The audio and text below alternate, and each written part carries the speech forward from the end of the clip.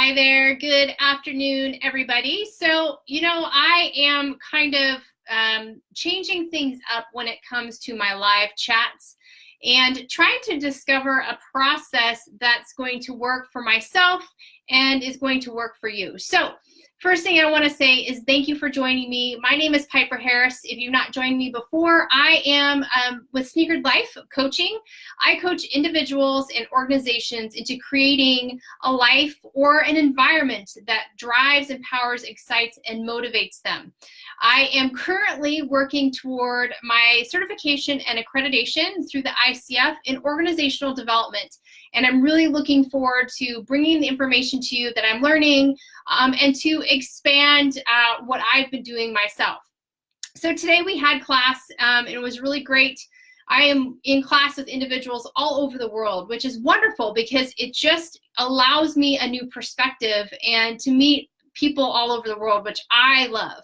So today we really talked a lot about different cultures and what do you do as a coach that's brought in to work with the organization, and ethically what are responsibilities. And there were some great scenarios that came up. And in fact, one of the scenarios that came up was when, say you're brought into an organization to coach, but an individual comes to you and tells you they've been sexually harassed. What are the steps that you take? So this allowed some really great conversation. So after the conversation, it just so happened that I jumped on LinkedIn and there was a great article from the Harvard Business Review. And what was really great about this article is it actually talked exactly on this subject. But it talked on the subject of why is it so hard for us to speak up in a toxic culture? Or they used the scenario in this article as well if there is, sexual harassment going on. And it was interesting. I was thinking about it. They talked about Nike did an anonymous survey of the women at their organization, and that there was some major gender discrimination, just some real issues that were pervasive at Nike. But the problem is that the women didn't feel like they could express those concerns. And so as I was thinking through that, I was thinking about, what about you? Have you been in a situation where you saw a pervasive toxic culture, toxic environment, and you felt like it wasn't safe for you to express those concerns? Maybe it was because if you expressed those concerns, you knew that you would get like a negative performance evaluation, maybe you get crummy job assignments, or you might even be terminated. And I think that a lot of us have been in those situations, and when we're faced with a pervasive toxic culture, the idea of speaking up scares us because the cost of speaking up, what could happen? Whereas if we keep silent, what happens? Well, it's status quo, right? You're just keeping what's going on. But is that really what we want? Do we want to continue a bias going on, an injustice or mistreatment of individuals? So they were talking about in this article something called the bystander effect. And so essentially what that is that somebody sees an individual that's in trouble, and you decide, the bystander decides not to intervene because they're assuming that, one, the individual will take care of it themselves, or two, it would cost them too much to stand in the fray, to step into that situation. So I'd love it for you to share below if you've ever been in one of those situations. Obviously, don't share the name, anything like that, but I would love to hear about those situations. Have you been a bystander? Have you, assumed maybe the individual could take care of themselves, or were you too afraid to stand in the fray for this individual because of the potential costs? So it's really interesting because this is absolutely pervasive in organizations. And, we're very afraid of being treated unfairly. But here's the thing, we need one person to stand in courage. So when we're speaking about this today in class, we're talking about as a coach, what were the steps that we had to take ethically speaking, because we have a code of ethics and standards that we need to adhere to. And one of the things we said, we need to bring the other individuals that are involved, the human resources, but transparency needs to be in effect. And what was interesting about this article that I read today is they talked about authenticity. So really, transparency and authenticity they go hand in hand. And what it talked about is it takes one individual to be brave or to have the courage to speak up. And really that can have a domino effect with individuals following suit.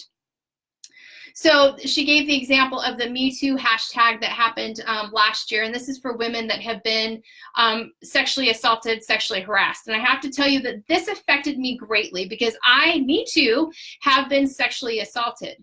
And so when I saw this hashtag, for me, it gave me strength to know I'm not alone. Now, I've always spoken about my assault very openly, that this is just a part of my life. But to see that hashtag, it gave me courage, and it gave courage to stand up. And I heard a lot of harsh comments when it was going on, like, well, why are they saying something now after 20 years? And I think for me, what was harmful about some of those statements that I was reading in the media or on social media was that if you've never been in that position as a victim, it's scary, and you do hide in silence and in guilt. But that Me Too movement allowed women the courage and the bravery to stand up and to feel unified, to feel like they're not alone. So when it comes to a toxic culture, you ask yourself, am I afraid to stand up? And what are the costs for you? Potential costs could be that you could lose your job, you could get the crappy assignments, maybe you get docked on your performance evaluation, or consider this. Maybe the negative effect is by being this bystander, you are standing by and watching someone be victimized.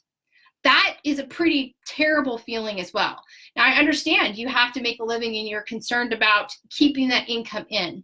But what was interesting again in this article was to talk about authenticity. And so what this group did is that they had these individuals talk about a scenario where they were able to authentically share their views. And then they put them into a group of people and showed a scenario where somebody was being victimized.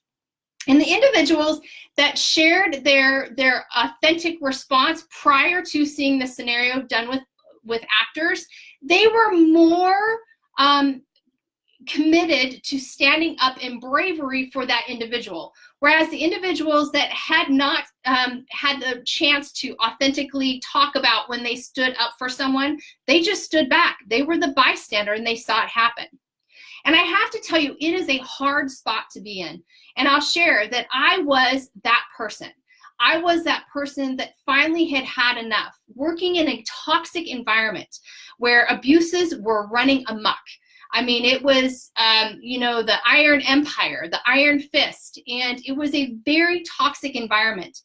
And it was to that point where I was talking to people individually, because a lot of people seemed to come to me, but nothing was taking place. And I was a bystander for so long. And I have to be honest, that feeling, that pervasive feeling of I'm failing someone else, that was it.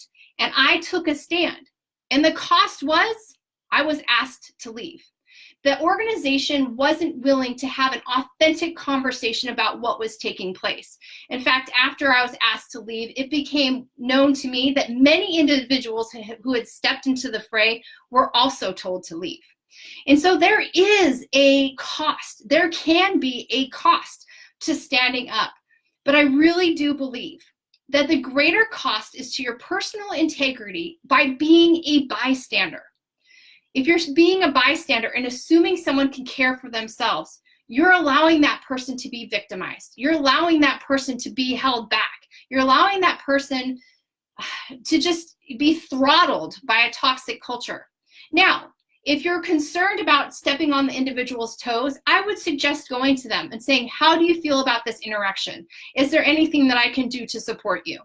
Have an authentic conversation with the victim, whatever it may be. Sexual assault, maybe the boss is screaming, maybe the boss is taking credit for work that you've done, whatever it may be.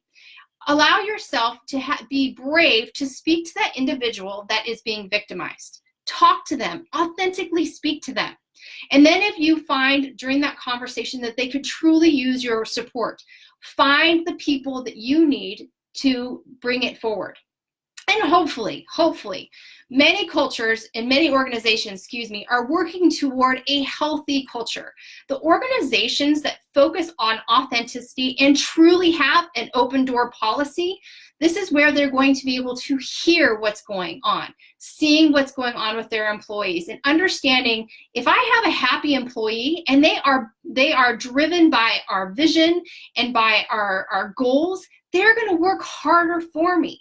Whereas if an employee feels like they have someone's thumb on their neck and they're going to be victimized for sharing their voice, what are you going to be getting out of that employee?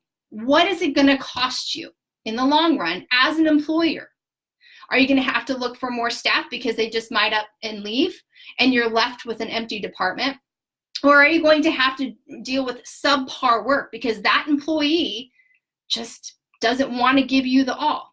These are the things that have to be considered in organizations. And we need to get to a point with organizations that they will allow authentic communication and to be aware that you may be creating a toxic culture.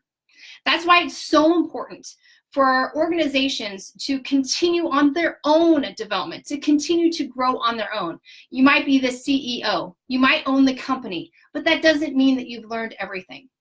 The greatest leaders in organizations are continuing to strive in their growth and in their leadership.